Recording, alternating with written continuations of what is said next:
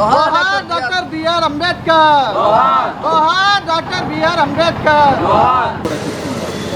మా రాజ్యాంగబద్ధంగా మేము అడుగుతున్నది తప్పైతే అని చెప్పి డిమాండ్ చేస్తాం.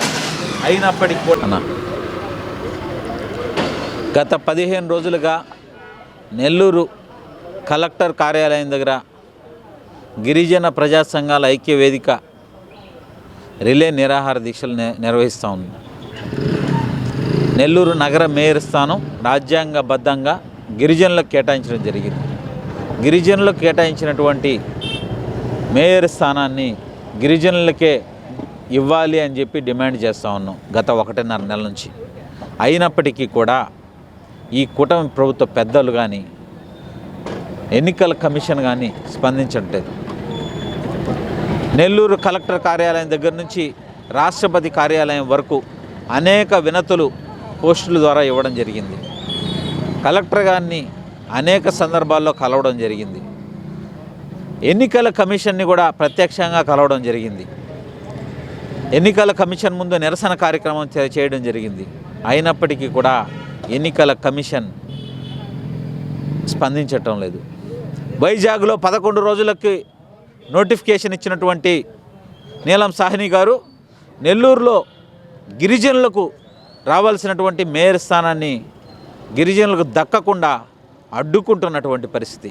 దీనికి కారణం ఏంటి అని ప్రశ్నిస్తూ ఉన్నాం నీలం సాహ్ని గారిని. మేము ఒకటే అడుగుతా ఉన్నాం, ఎక్కడైనా కానీ గిరిజనుల మీద దాడులు జరిగినా, గిరిజనుల హక్కులకు భంగం కలిగించినా వారి మీద అట్రాసిటీ యాక్ట్ అమలవుతుంది. మేము ఈ సందర్భంగా నీలం సాహ్ని గారినే డైరెక్ట్గా ప్రశ్నిస్తూ ఉన్నాం. మా హక్కులను మీరు హరిస్తున్నారు, మీ మీద అట్రాసిటీ యాక్ట్ ఎందుకు పని చేయకూడదు అని చెప్పి ప్రశ్నిస్తూ ఉన్నాం. నిజంగా చాలా దౌర్భాగ్యం.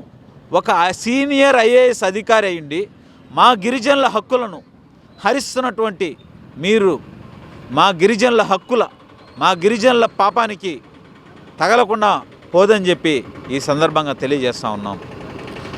రేపు సోమవారం ఉదయం 10:30 మేము రిలే నిరాహార దీక్షలు ఏదైతే గిరిజన ప్రజా సంఘాల ఐక్య వేదిక ఆధ్వర్యంలో చేస్తున్నామో అదే వేదికగా సోమవారం ఉదయం 10 గంటలకి ఆమరణ నిరాహార దీక్షకు గిరిజన ప్రజా సంఘాల ఐక్య వేదిక కూర్చోబోతూ ఉంది. మా గిరిజన నాయకులకు ఏదైనా ప్రాణహాని జరిగితే ఆ పాపం నీలం సాహ్ని గారిదే అని చెప్పి ఈ సందర్భంగా వారికి సవినయంగా విన్నవిస్తూ ఉన్నాం.